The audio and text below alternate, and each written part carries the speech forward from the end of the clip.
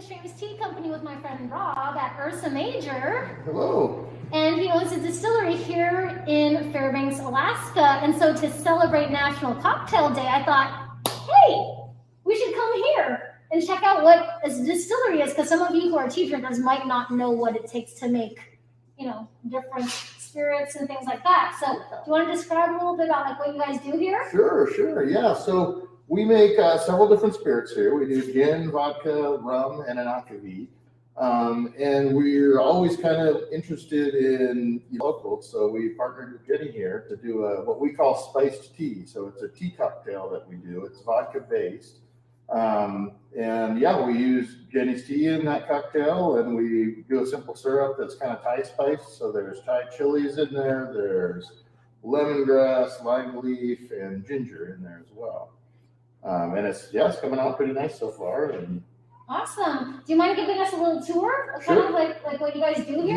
Yeah, we can do the quick dime tour here. So it all kind of starts over here with the fermenters. So we basically take sugar and we make alcohol out of it. So the same kind of process as brewing beer, we're taking sugar and converting it to alcohol.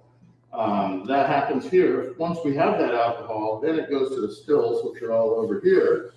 Right now we've got 4 different ones. I just shut them all off. But yeah, we got several different stills that we run them through. Generally, everything goes through this first one with the big ugly blue condenser on it. That's our stripping still. That's the workhorse of the whole thing. So that's what takes this beer basically, and it concentrates the alcohol in it as much as we can get it in one run. From there, we put it into a more refined still, one with the 2 columns over there, and that's where we get a higher proof. It's more of a refining process. The columns are packed with a special packing. We run it a certain way, and we end up coming out with 190 proof ethanol basically off of there. So that's kind of our base product for most of our things. So we make the vodka, the gin, and the akavit out of that product. We just dilute it down to where we need it. With the gin, we distill it one more time in this little beer keg still, and kind of go from there. Awesome. Well, do you want to show us your tap, the spiced tea on tap? Sure. Yeah. So we've got the tea both in cans and then on tap here at the distillery. You just recently started selling it, we did, yeah. So it's available at Brown Jug and I think a few other places. Gold Hill has it as well. Let me grab one out of the fridge here too. That's probably a better visual. I don't have the keg actually hooked to the tap, but those are the taps right there. Yeah, I had it the other day. It was really good. Out of the tap, it was really good. So crisp and clean. Yeah, but this is what it looks like. We're canning these things. It's just a spiced tea, gives you ingredients and all that kind of stuff on there. We also do have it on tap because we keg it all when we put it into cans. So we draw it out of a keg when we can it. That's just part of our process. So we decided to put it on tap at the distillery. But yeah, like I said, we just it's in the cooler. No worries. But basically it's right here. We get set up a nice little tap thing. Eventually we'll have a couple different cocktails there. But yeah. So how did you come up with this combination? Boy, it was kind of a funny, I guess it's a different story, I guess. So we did a cocktail before COVID, when it was first starting, before anything was shut down or anything. I think we called it the Novid-19 or something like that. We were kind of joking. And it was, I don't even remember exactly what was in it, but we had a matcha in there, and we had, I think it was gin-based, that one. And then I kind of made a spiced simple syrup that I really liked. And then after that, after COVID kicked in and we shut down for a while, we were looking at some cocktails to do. And I was like, man, I really want to make that spiced simple syrup again. And we just kind of came up with the syrup, and then that was the base. So there was a great tasting syrup. I was like, man, I need a cocktail that we can put this in. That would be easy to can and all that kind of stuff. And I couldn't figure out a good base. I was kind of looking at hard seltzers and maybe using that because it has a little bit of that spicy heat. So that would be different. There's no seltzers out there that way. Mm-hmm.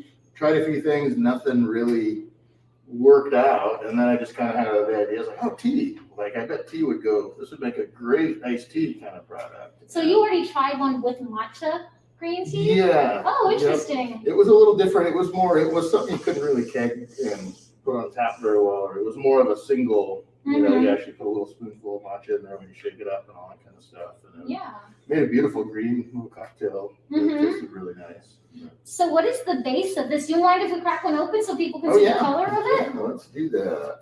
Because, I mean, I'm not, you know, a mixologist in the realm of alcohol. You know, more mixologist of tea stuff. But I remember you showed me the Lipton bags, and you're like, I think some people suggested we go with a little bit more robust tea. And they suggested sipping streams. I'm like, okay, let's just see how this goes. Yeah, and that was really funny too when we first talked. I think you were probably talking to Brenda, my partner, first, and like you said, "Oh, we'll make up some of that Lipton so I can taste it." And like, really, I don't want to make Jenny Lipton tea. Like, no, I need to know what you compared it to, the base of it. So this is really, you know, darker color, and that's one thing you notice the difference of coming out of the tap and then in the can, just like the settling of the microparticles, you know, changing it over time. So you want to do a tasting and let our viewers know like what it tastes like, and because you'll make different types of, you know, alcohols here too. Like you have gin, like you said, you have vodka. So what's the base of this one? This one is vodka. And what is vodka? Just in case people don't know like how vodka's made. Vodka in the U.S. at least is anything. It's basically pure ethanol that you dilute down. So it's anything that you distill over 190 proof, no matter if it's grapes or sugar or barley. You just have to hit that proof level. Gotcha. And then you crank it down to drinking strength kind of thing. So it's a neutral spirit, basically. There's no real flavor to it. And that's why you make it into a cocktail, and that's why people come here for cocktails. Yeah, to me, vodka's kind of uninteresting on its own, but there's some cocktails that it does really well in. Excellent. All right, let's just try some. Cheers. Cheers to you. All right. Yeah, it definitely seems to get a little more robust over time than it's been in the can or the keg. Oh my goodness, it's very spicy. Yeah, some of them are a little spicy, especially the first sip. It's very interesting because, like, what kind of peppers are, you said you put some lemongrass into it, and... Yeah, it's a Thai chili, so those kind of long, kind of those long red ones is what we use in there. And yeah, sometimes it depends on the time of day. Sometimes that first sip will be like, whoa, that's super spicy, and then you kind of get into it. Yeah, for sure. And other times it's not so bad, No, it's good. I think it's not overwhelming. You're not feeling like, oh, it's like, you know, when you go to a bar and they think that you just need more alcohol in your cocktail, like it's gonna make it better, but there's this imbalance. Like a really good mixologist is balancing the flavors. This has like this nice sweet finish where you feel like, oh, it's iced tea at the end. Or, you know, it has like this tea base that isn't too bitter or anything like that. And the sugars in it like really, you know, make it balanced. Like you could easily drink a lot of this. Oh yeah. I think once the weather really warms up, and it's going to be a pretty good go-to in the summer. And we were going for those kind of layers of flavor with it. I think we kind of succeeded with that pretty well. The tea really brings out that sugar and the spice and stuff. And it's a good match for sure. So for the tea part, not trying to give away all our trade secrets, I know that you bought like some infusers from us. Like, how do you do the tea brewing process? I'm curious to know. Yeah. And we've been doing that a couple different ways now. I'm trying different things. As you know, I've got the tea ball thing, and I've tried the bags and things like that. And what I have found is the tea ball lets some of the little micro chunks more of those, so you almost get a little bit more robust flavor. But I'm finding that I kind of want to filter it towards the end when I'm filling stuff, because all the little chunks will be so I'm playing with different things. I've done like the muslin bags and things like that. But basically our process is, so far I've been doing batches about 4 gallons a time. Like in the alcohol or in water? Just in water. Okay. So it'll be a pot of water. I've been taking it to boiling.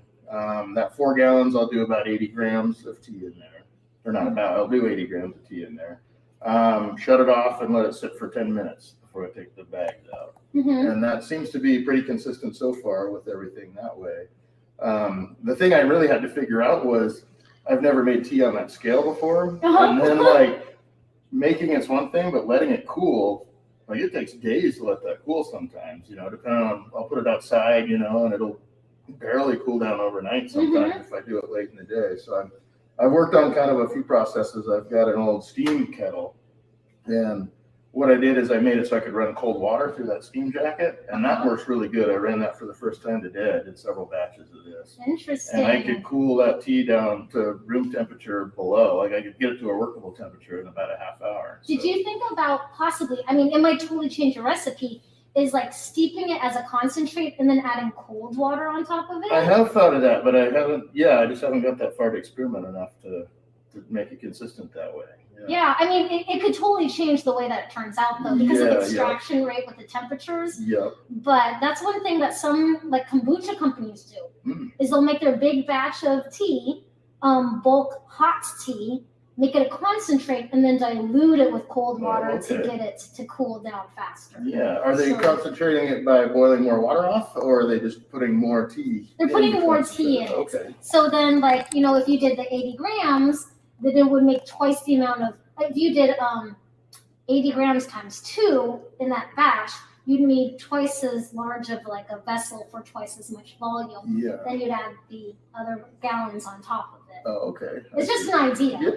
Yeah. I have thought about that, but it's working really well because now I can do, it's a 60-gallon kettle, so in theory I could do 12 batches at a time now, or 12 5-gallon kegs worth at least. So. Well, thank you so much for being available for us at the last minute to celebrate National Cocktail Day. But I was like, I had some pretty good tasty cocktails here at Ursa Major the other day with a friend, and I was like, oh, I should interview Rob because he actually made his own commercial tea cocktail. So. Yeah. Well, thank you very much, and I appreciate your input on the cocktail when we're designing it and all that kind of stuff. And it's going well so far. Awesome. Well, thank you everyone for tuning in today. We'll see you again. Yeah, thanks.